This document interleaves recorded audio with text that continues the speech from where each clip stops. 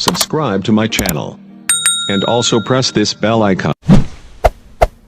नमस्कार दोस्तों, मैं हूं हरीश और स्वागत है आप सभी का अपने इस यूट्यूब चैनल में। आज हम पढ़ने जा रहे हैं मुगल कालीन भारत के बारे में। मुगल कालीन भारत के बारे में आज इस विषय में हम चर्चा करेंगे। जैसा कि आप सभी को पता है कि मुगल काल की श्रृंखला में सबसे पहला नाम आता है बाबर का। बाबर का नाम आता है, बाबर को ही हम इसका मुगल का संस्थापक मानते हैं। आइए बाबर के बारे में आज के वीडियो में हम उसकी सामान्य जानकारी प्राप्त करेंगे। इसको हम 3 भागों में समझेंगे। पहली वीडियो में इसके बारे में सामान्य जानकारी मतलब 1483 से लेकर 1511 तक उसने क्या क्या किया वो सारी इसका प्रारंभिक जीवन पढ़ेंगे। द्वितीय वीडियो में हम बात करेंगे कि उसने जो भारत पर आक्रमण किया था 1526 में, उससे पहले उसने कौन कौन से और युद्ध किए थे उनके बारे में हम सेकंड वीडियो में जानेंगे। और तीसरी वीडियो में हम 1526 से लेकर 1530 तक उसका क्या कार्यकाल हुआ, भारत में कौन कौन से युद्ध लड़े, उन सभी के बारे में हम तीसरी वीडियो में जानेंगे। आइए पहली वीडियो में प्रारंभ करते हैं। जैसा कि आप सभी को पता है कि हम बाबर के बारे में इस वीडियो में चर्चा करने वाले हैं। बाबर का पूरा नाम जहीरुद्दीन मोहम्मद बाबर था। इनका जन्म फरगना में 14 फरवरी 1483 को हुआ था। इनके पिता उमर शेख थे। उमर शेख के घर फरगना में इनका जन्म हुआ। आइए फरगना की एक दृष्टि डालते हैं कि कहाँ स्थित है। फरगना देखिए, ये आपको दिख रहा है भारत नई दिल्ली के पास आपको पाकिस्तान दिख रहा है। पाकिस्तान के जस्ट ऊपर अफगानिस्तान के ऊपर तुर्कमेनिस्तान और तुर्कमेनिस्तान के ऊपर उज्बेकिस्तान की राजधानी ताशकंद। ध्यान रखिएगा, उज्बेकिस्तान की राजधानी ताशकंद। ये वही ताशकंद है जहाँ पर भारत के द्वितीय प्रधानमंत्री लाल बहादुर शास्त्री का निधन हो गया था। और उस निधन के बारे में अभी तक पता नहीं चल पाया कि किस प्रकार उनका निधन हुआ था। तो ये वही ताशकंद है। ताशकंद के नीचे आपको दिख रहा होगा, मैंने हाईलाइट कर रखा है फरगना को। यह फरगना है, यहीं पर उमर शेख के घर में बाबर का जन्म हुआ था। तो जब बाबर और उमर शेख था वो कहाँ के सरदार थे? उमर शेख थे अपने फरगना के सरदार। उमर शेख फरगना के। इन्हीं का एक भाई था अहमद मिर्जा, नाम ध्यान रखिएगा, अहमद मिर्जा। ये कहाँ के सरदार थे? समरकंद के। समरकंद। तो समरकंद कहाँ है इसकी भी दृष्टि डालते हैं। समरकंद देखिए, ये भी उज्बेकिस्तान में ही, समरकंद को मैंने ये हाईलाइट कर रखा है। ये नहीं आपका समरकंद, ये समरकंद है। और एक और बात ध्यान रखिएगा, काबुल का आगे जिक्र होने वाला है, इसलिए आप अभी ध्यान रखिए। काबुल कहाँ है? अफगानिस्तान में ये पड़ता है। काबुल की उसकी राजधानी है। तो फरगना में उमर शेख के घर पे इनका जन्म हुआ था। और आपने समरकंद के बारे में भी थोड़ी सी बेसिक सी जानकारी ली है। इन दोनों के बीच में युद्ध चल रहा था साम्राज्य के लिए। उस समय क्या था, ये किसके वंशज? तैमूरलंग के वंशज। तैमूरलंग वही है जिसने 1398 में भारत पर आक्रमण किया था। भारत को बहुत बुरी तरीके से इसने लूटा था, मारकाट मचाई थी, इसलिए ये इसी वंश के थे। ठीक है, तो जो उमर शेख थे वो उसके चौथे वंशज थे। चौथे वंशज थे किसके? तैमूरलंग के। इस प्रकार बाबर कौन से हुए? ये 5वें वंशज हुए। ठीक है, इन दोनों में मतलब उस समय क्या था, जो मतलब तैमूर थे, इनने प्रथा की कि तैमूर में क्या लगभग सभी में प्रथा की कि जैसे शासक की मृत्यु होती है तो उसके बाद उसका जो राज्य होता है उसके पुत्रों में विभाजित हो जाता है, छोटे छोटे राज्यों में विभाजित होता है, और उनके पुत्रों का भी उनके पुत्रों में विभाजित होता है। इस प्रकार सबको छोटा छोटा राज्य प्राप्त होता है। उसी प्रकार उमर शेख को भी एक छोटा सा और अहमद मिर्जा को भी छोटा सा राज्य प्राप्त था। तो राज्य को विस्तार करने के लिए इन दोनों में युद्ध चलता रहता था। जैसा कि आपको पता है इन दोनों में युद्ध चलता रहता, पर किसी को भी सफलता प्राप्त नहीं थी। तो इसी बीच सब अच्छा चल रहा था। बाबर भी बड़ा होता जा रहा था धीरे धीरे। 11 वर्ष की आयु में, 11 वर्ष की आयु मतलब 8 जून 1494 को उमर शेख की मृत्यु हो जाती है। उनके मृत्यु का कारण था वो छत से गिर जाता है, इस प्रकार इतिहासकार का मानना है। तो इसी प्रकार राज्यरोहण भी उनका 8 जून 1494 को ही फरगना में ही होता है। ठीक है, फरगना में होता है। तो इन दोनों के बीच में जब युद्ध चल रहा था तो अहमद मिर्जा को, और ये क्या थे, इनके चाचा थे, और इनका एक मामा था जिसका नाम था महमूद खां और अहमद मिर्जा। दोनों ने क्या किया, फरगना पर आक्रमण कर दिया जिस टाइम पे उनके पिता की मृत्यु हुई। पिता की मृत्यु के समय इन दोनों ने क्या किया, उस पर आक्रमण कर दिया। उस समय बाबर 11 वर्ष का था, तो बाबर को शासन संभालने में थोड़ी परेशानी हुई।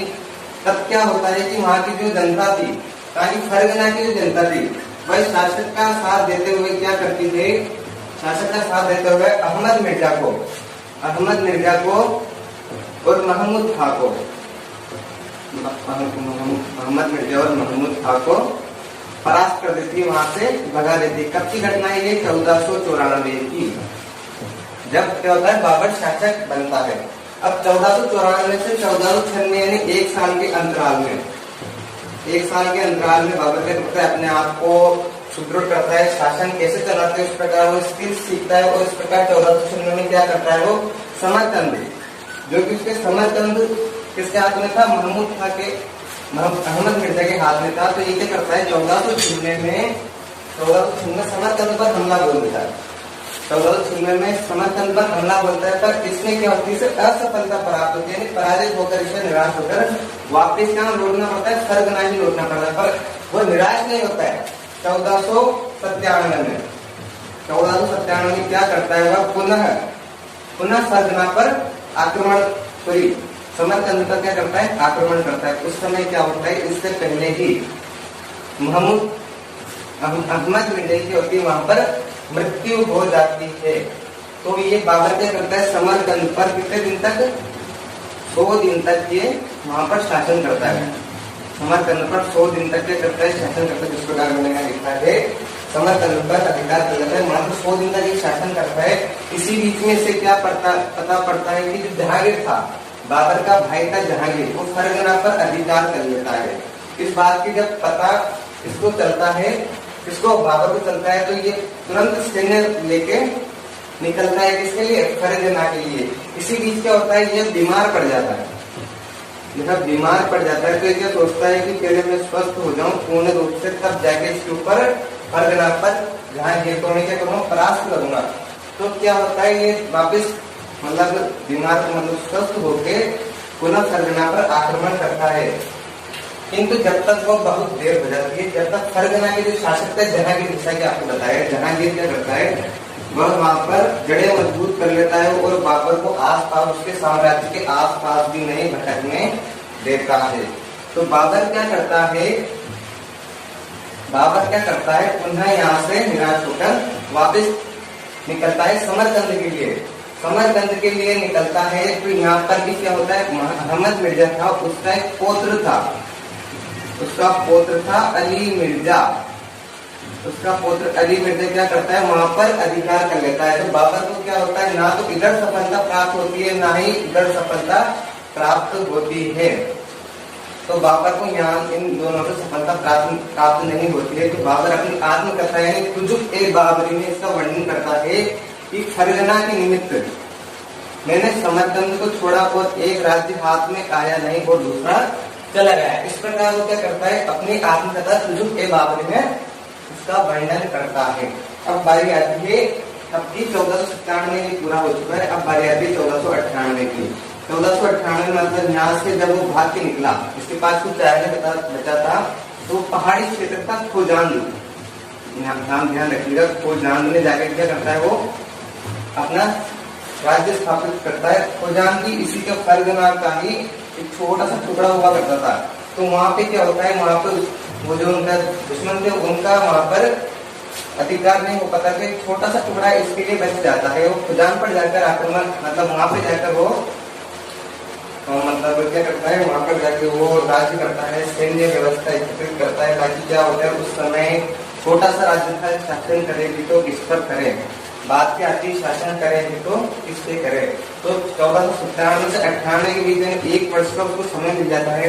वो सैन्य व्यवस्था एकत्रित करते है, कहीं वहां गया, वहां से सैन्य एकत्रित किया, कहीं वहां गया, इस प्रकार जंगल घूमकर सैन्य व्यवस्था को एकत्रित कर 1498 में वह पुनः फरगना पर क्या करता है, आक्रमण कर देता है।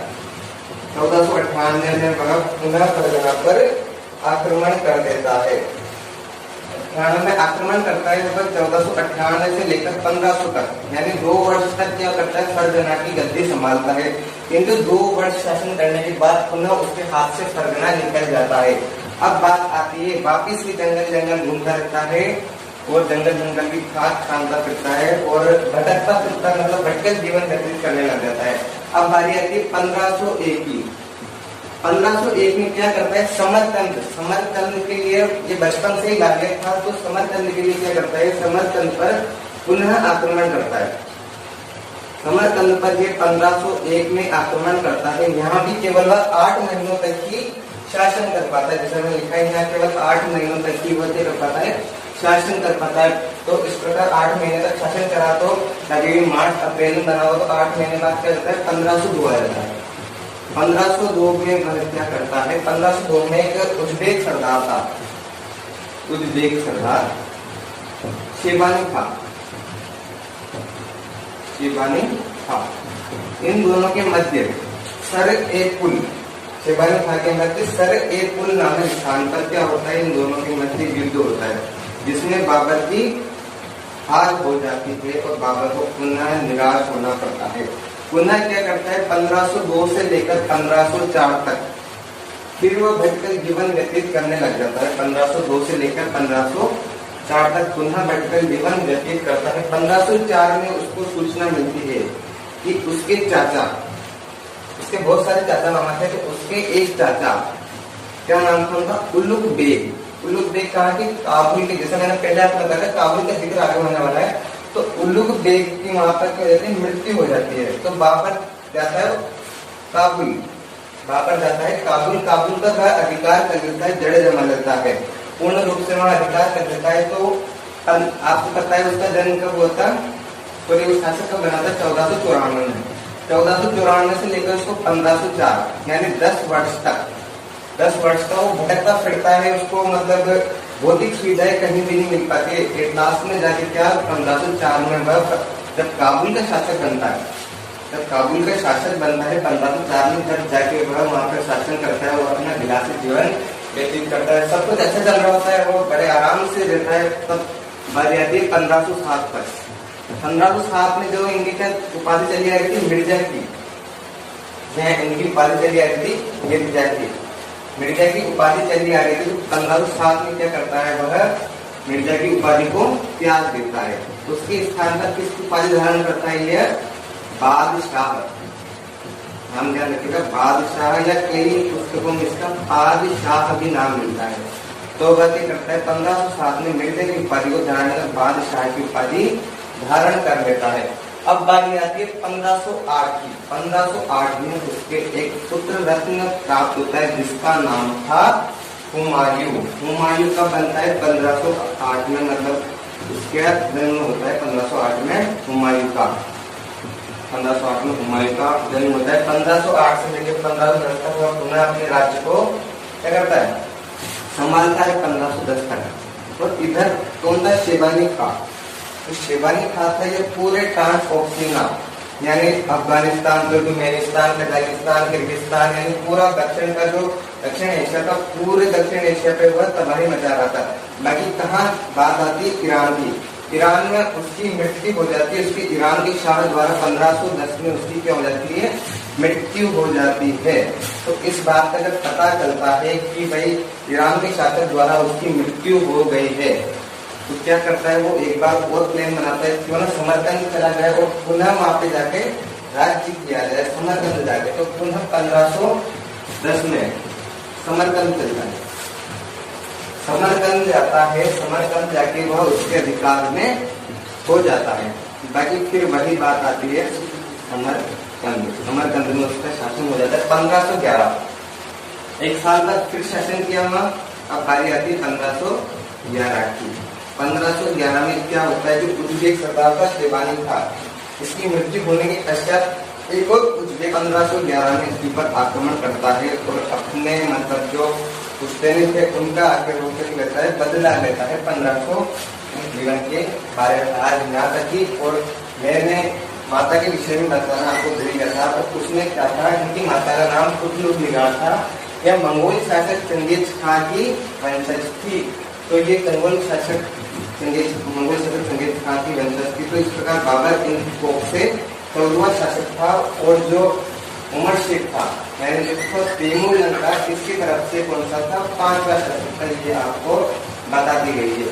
1511 के बाद में अगली वीडियो में हम जानेंगे 1511 के बाद में उसने कौन कौन से युद्ध किए थे और क्या क्या किया था। अगली वीडियो में पूरा हम डिटेल से बात करेंगे कि उसने भारत पर आक्रमण करने से पहले कौन कौन से और युद्ध लड़ा, क्या क्या और किया। जैसे बाजौर बेड़ा हुआ, अपना पंजाब हुआ।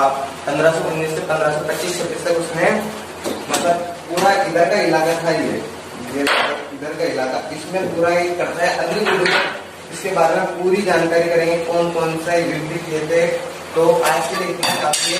दोस्तों अगर चैनल पर नए हो तो चैनल सब्सक्राइब करें। अगर वीडियो अच्छी लगी हो तो लाइक और शेयर करना ना भूलें। अगर वीडियो से रिलेटेड अगर आपको कोई भी डाउट हो या मुझसे कोई गलती हो गई हो तो अपने कमेंट बॉक्स में टाइप करें। इसी के साथ मैं हरीश आपसे अलविदा लेता हूँ। वीडियो अंत तक देखने के लिए धन्यवाद।